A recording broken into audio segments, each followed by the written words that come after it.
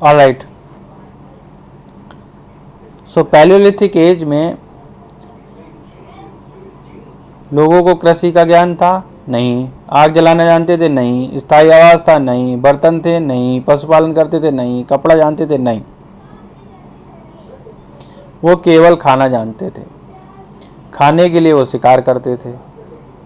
ठीक है, यानी खाना और मारना दो चीज़ें जानते थे बस। उसके अलावा दे आर स्किल्ड गैदर्स। अगर पुरापाषाण काल में क्वेश्चन आता है तो they are very skilled gathers. वो खाद्य संग्रह करने में, चीज़ों को संग्रह करने में बहुत कुशल थे। क्या वे किसी चीज़ का उत्पादन करते थे? नहीं। वो क्या करते थे? कोई चीज़ प्रोड्यूस नहीं करते थे, वो उपभोग करते थे, कंज्यूम करते थे। दे वर गुड कंज्यूमर, लेकिन वो किसी चीज़ का उत्पादन नहीं करते। तो अब हम डिस्कस करते हैं मेसोलिथिक एज की। अब मेसोलिथिक एज की बात करते हैं। मेसोलिथिक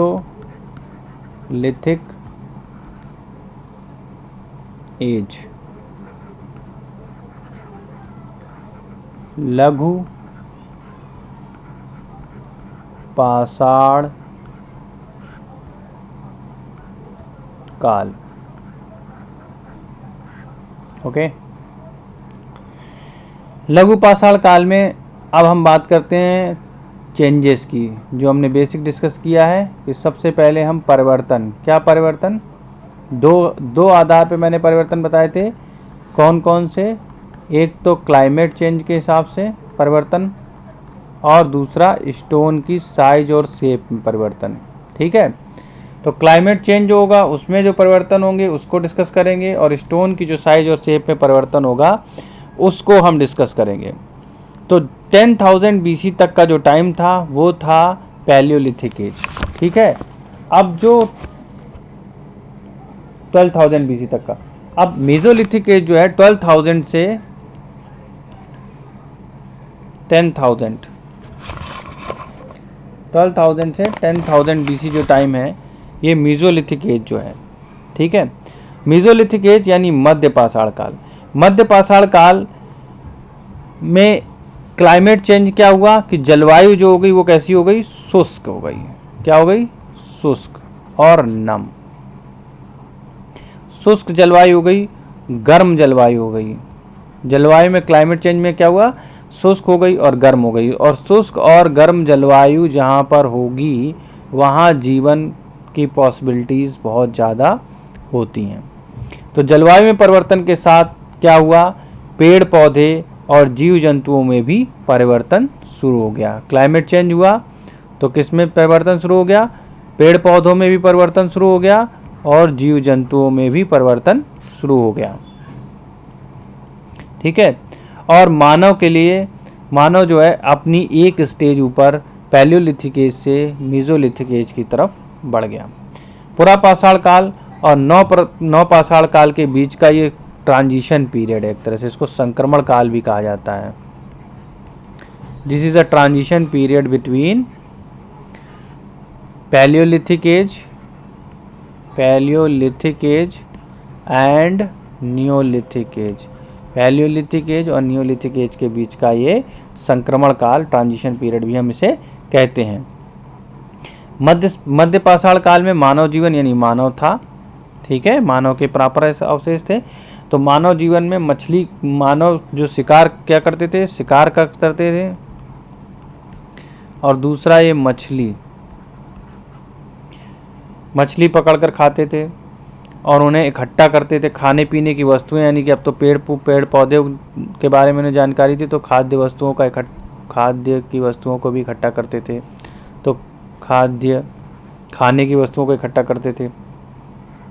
ठीक है, और आगे चलकर वे फिर उन्होंने पशुपालन भी स्टार्ट कर दिया। पशुपालन, तो ये अब यहाँ से पशुपालन स्टार्ट कर दिया। तो यहाँ से ये इनका ट्रांजिशन पीरियड शुरू हुआ है। मेसोलिथिक पीरियड से नियोलिथिक पीरियड के बीच का ये ट्रांजिशन टाइम है, मेसोलिथिक एज। तो यहाँ पर ये बड़े बड़े जानवरों को तो शिकार करते थे पहले, अब ये छोटे छोटे जानवरों का शिकार भी करने लगे। उनके पास छोटे पत्थर, लघु पाषाण काल, छोटे औजारों का इन्होंने डेवलपमेंट कर लिया। औजार बनाने की तकनीकी में परिवर्तन हो गया, बड़े पत्थरों की जगह अब ये छोटे स्टोन यूज करने लगे। ठीक है,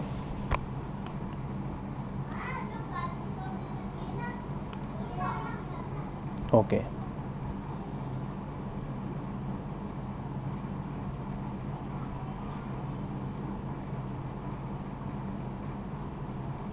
ऑलराइट,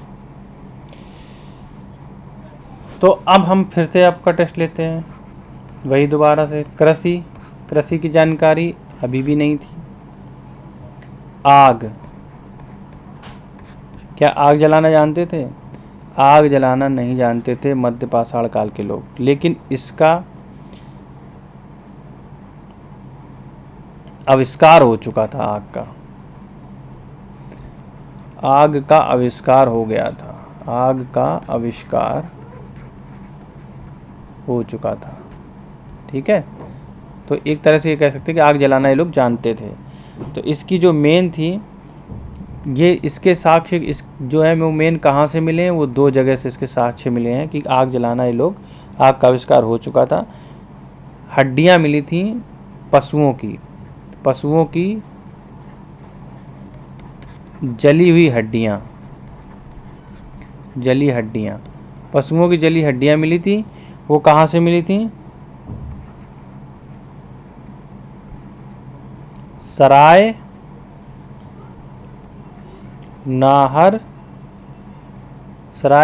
राय, ये साइड थी सराय नाहर राय, जहाँ से इन्हें पशुओं की जली हुई हड्डियाँ मिली थी। सराय नाहर राय से पशुओं की जली हुई हड्डियाँ मिली थी। और महदहा, यहाँ से जमीन में एक चूल्हा मिला था जमीन में, महदहा से। अब देखो बर्तन, तो कृषि नहीं जानते थे, आग जलाना जानते थे, पशुओं की जली हुई हड्डियाँ मिली थी सराय नाहर राय से, और महादाह में चूल्हा मिला था। बर्तन के साक्ष्य इस काल में प्राप्त होने लगे थे, बर्तन के साक्ष्य मिले थे। बर्तन के साक्ष्य ये इलाहाबाद में एक जगह है चौपानी मांडो, जहाँ पर विश्व में मिट्टी के बर्तन के प्राचीनतम साक्ष्य मिले। ये बहुत इंपॉर्टेंट है, चौपानी मांडो, इस जगह का नाम रट लो, चौपानी मांडो, जहाँ पर विश्व में सबसे प्राचीनतम मिट्टी के बर्तन के बनाने के साक्ष्य मिले थे। तो मैंने ये कहा था कि ट्रांजिशन देखो, ट्रांजिशन चेंजेस दो के अकॉर्डिंग देखो, एक तो क्लाइमेट चेंजेस और दूसरा चेंजेस हुआ स्टोन की साइज और शेप में चेंजेस, क्योंकि ये स्टोन एज है।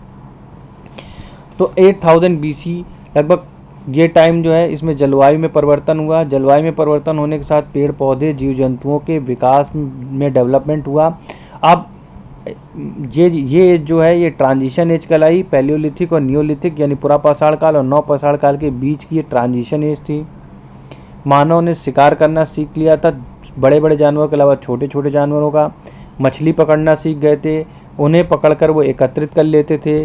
कंद मूल फल सब्जियां ये सब इकट्ठा करना सीख गए थे। अब ना केवल बड़े बड़े बल्कि छोटे जानवरों का शिकार करते थे। लेकिन अभी भी ये कृषि करना नहीं जानते थे। जो उगता था नेचुरल वो ये इकट्ठा कर लेते थे, खेती नहीं कर पाते थे। आग जलाने का आविष्कार हो चुका था, ये आग जलाना जानते थे। पशुओं की जली हुई हड्डियाँ, सराय नाहर राय, मिडिवल एज जो मध्य पाषाण काल है, मीजोलिथिक एज, यहाँ पे लोग जानते थे आग के बारे में। पशुओं की जली हुई हड्डियाँ, सराय नाहर राय और महदाह में चूल्हा मिला था। ठीक है, गर्त में जो जमीन के नीचे का चूल्हा बनाया हुआ था, जमीन के नीचे। बर्तन के बनाने के सबसे पुराने साक्ष्य, विश्व में प्राचीनतम मिट्टी के बर्तन बनाने के साक्ष्य अगर कहीं से प्राप्त हुए हैं तो मेसोलिथिक एज से प्राप्त हुए हैं। ये क्वेश्चन एग्जाम में इस तरह से भी आ सकता है कि बर्तन बनाने के साक्ष्य mesolithic age, neolithic age, palaeolithic age कहाँ से प्राप्त हुए बर्तन बनाने के साक्ष्य, तो आपको आंसर टिक करना है मेसोलिथिक एज। अगर एग्जैक्ट जगह का नाम पूछ भी आ सकता है तो चौपानी मांडो इलाहाबाद में एक जगह है, साइट है, जहाँ पर विश्व में मिट्टी के बर्तन बनाने के प्राचीनतम साक्ष्य यहाँ से मिले हैं। यहाँ मदहा में चूल्हा मिला और सिलबट्टा जिसे कहते हैं ना, सिलबट्टा मिला, सिलबट्टा। ठीक है, यूपीएससी की तैयारी कर रहे हो यार, हिंदी तो आनी चाहिए इतनी, हिंदी मीडियम से एग्ज़ाम दे रहे हो तो इतनी हिंदी आनी ज़रूरी है। ठीक है, सिलबट्टा, अब कुछ लोग अलग बोलते हैं। ठीक है, तो सबसे पहले मैंने कहा कृषि नहीं जानते थे, आग जलाना जानते थे, फिर बर्तन आया, बर्तन के बाद अब आया आवास। मध्य पाषाण काल में आवास परमानेंट नहीं होते थे, क्योंकि अभी भी मानव जो था वो आखेटक था, हंटिंग करता था और पशुपालन करता था, लेकिन आवास यहाँ पे परमानेंट नहीं थे। लेकिन कुछ साइट हैं जहाँ चौपानी मांडो जहाँ से इलाहाबाद में चौपानी मांडो, जहाँ पर बर्तन के सबसे पुराने साक्ष्य, मिट्टी के बर्तन के पुराने साक्ष्य मिले हैं। वहीं पर झोपड़ी के साक्ष्य भी मिले हैं, झोपड़ी, रहने की झोपड़ी जो होती है, वहाँ से झोपड़ी के साक्ष्य भी मिले हैं। और ये जो सराय नहर राय जगह है यहाँ और मदहा में भी साक्ष्य मिले हैं रहने के, आवास के। और एक साइट है बांगोर। तो अगर एग्ज़ाम में क्वेश्चन आता है तो कहाँ कहाँ रहने के स्थाई आवास, अस्थाई आवास थे, स्थाई नहीं थे आवास के साक्ष्य, लेकिन चौपानी मांडो से, सराय नहर राय से और बांगोर से आवास के साक्ष्य प्राप्त हुए हैं। पशुपालन, मध्य पाषाण काल में पशुपालन के साक्ष्य मिलने लगे थे, लेकिन यह एक इकोनॉमिक का पार्ट नहीं था, वो अपनी ज़रूरत के लिए पशुपालन करते थे। और इसका जो एग्जाम्पल है, इसकी जो साइट है वो मध्य प्रदेश का आदमगढ़ है और राजस्थान के बागौर नामक जगह में पशुपालन के प्राचीनतम साक्ष्य मिले हैं। कहाँ पे? एमपी और राजस्थान में पशुपालन के साक्ष्य मिले थे। कहाँ पे? एमपी की कौन सी जगह है? आदमगढ़। एमपी में कौन सी जगह है? आदमगढ़। ठीक है, और राजस्थान में कौन सी जगह है? बागौर। ठीक है, इससे बाहर मुझे नहीं लगता, इससे बाहर कुछ भी, मतलब ऑलमोस्ट सब कुछ मैंने इसमें कवर कर दिया है। ठीक है, अब मानव के, अब ये तो मैंने सब मैं क्या क्या डिस्कस कर दिया? मैंने डिस्कस कर दिया कृषि के बारे में। कृषि की शुरुआत नहीं हुई थी, मेसोलिथिक एज में कृषि की शुरुआत नहीं हुई थी। फिर से रिपीट कर रहा हूँ, आग जलाना लोग जानते थे। कहाँ से इसकी साइड है? सराय नहर राय से पशुओं की जली हुई हड्डियाँ मिली थी। महादाह में चूल्हा जो है ज़मीन में बना हुआ नीचे चूल्हा मिला था। ठीक है, बर्तन जो है सबसे पुराना चौपानी मांडो, इलाहाबाद में चौपानी मांडो, जहाँ पे सब विश्व में मिट्टी के बर्तन बनाने की प्राचीनतम साक्ष्य कहीं से मिले तो चौपानी मांडो से मिले। महादाह में सिलबट्टा मिला। ठीक है, और अब करते हैं बर्तन के आगे आवास की बात। आवास की बात करते हैं तो मानव अभी भी पशुपालक था, आवास स्थायी नहीं होते थे, लेकिन फिर भी आवास के जो मेन ठिकाने थे वो 3 थे। एक तो चौपानी मांडो, दूसरा सराय नहर राय और तीसरा बांगौर। चौपानी मांडो इलाहाबाद में, सराय नहर राय और यहाँ पे मिले थे आवास के, और बांगौर में आवास के स्थल के साक्ष्य मिले थे। और महादाह में भी आवास के स्थल के आवास की साक्ष्य मिले थे। पशुपालन जो है वो एमपी और राजस्थान, एमपी में आदमगढ़ और राजस्थान में बांगौर। अब जो फाइनल आया कि मानव के साक्ष्य कहाँ से प्राप्त हुए थे, तो मानव के साक्ष्य जो है मध्य पाषाण काल में मानव के साथ जो मेसोलिथिक एज थी वहाँ पे मानव के साक्ष्य प्राप्त हुए थे। ठीक है, इसमें एक जगह है, इस जगह का नाम है लेखहिया में 17 मानव कंकाल मिले थे और इन सबकी खोपड़ी जो है वेस्ट डायरेक्शन में थी, पश्चिम दिशा में सिर इनके पश्चिम दिशा में थे। जितने 17 कंकाल मिले थे लेखहिया में, ये सबकी जो सिर थे वो पश्चिम डायरेक्शन में थे। इसका मतलब यहाँ पे जो मानव के साक्ष्य मिले हैं वो लेखहिया जगह से मिले हैं, जहाँ पे 17 मानव कंकाल मिले। अंत्येष्ट क्रिया लोग जानते थे। मेसोलिथिक एज में, मध्य पाषाण काल में मानव कंकाल कहाँ प्राप्त हुए थे?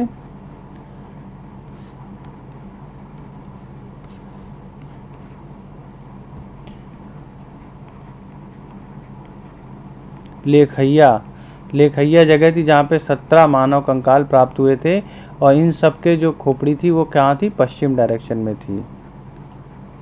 ठीक है। लोगों को अंत्येष्टि की जानकारी थी, दफनाया कैसे जाता था, अंत्येष्टि की कैसे की जाती थी, इस चीज़ की जानकारी थी मेसोलिथिक एज में। तो ये जो है ये कहाँ से मिल, ये सराय नाहर राय, यहाँ पे शवाधान, जो शव जहाँ पे दफनाए जाते हैं या शवों को की अंत्येष्टि की जाती है, उसके साक्ष्य कहाँ से मिले, सराय नाहर राय से और महदहा से। महदहा, यहाँ पे महदहा से, महदहा में पुरुष और स्त्री उनको एक साथ दफनाने का साक्ष्य मिले हैं। तो सराय नाहर राय और महदहा यहाँ पे अंत्येष्टि के साक्ष्य मिले हैं। ठीक है। लेखैया में मानव कंकाल प्राप्त हुए थे, जो 17 मानव कंकाल प्राप्त हुए थे, जिनको जो हेड थे वो वेस्ट डायरेक्शन में थे। सराय नाहर राय में शवों का अंतिम संस्कार करने के साक्ष्य प्राप्त हुए हैं। महदहा जो है वहाँ पे स्त्री व पुरुष को एक साथ दफनाने के साक्ष्य प्राप्त हुए हैं, कि स्त्री और पुरुष को एक साथ दफनाया जाता था, दफनाने के साक्ष्य प्राप्त हुए हैं। सराय नाहर राय से में अब एक चीज़ क्या थी कि जब ये देखो, सबसे पहले तो रोटी, फिर कपड़ा, फिर मकान।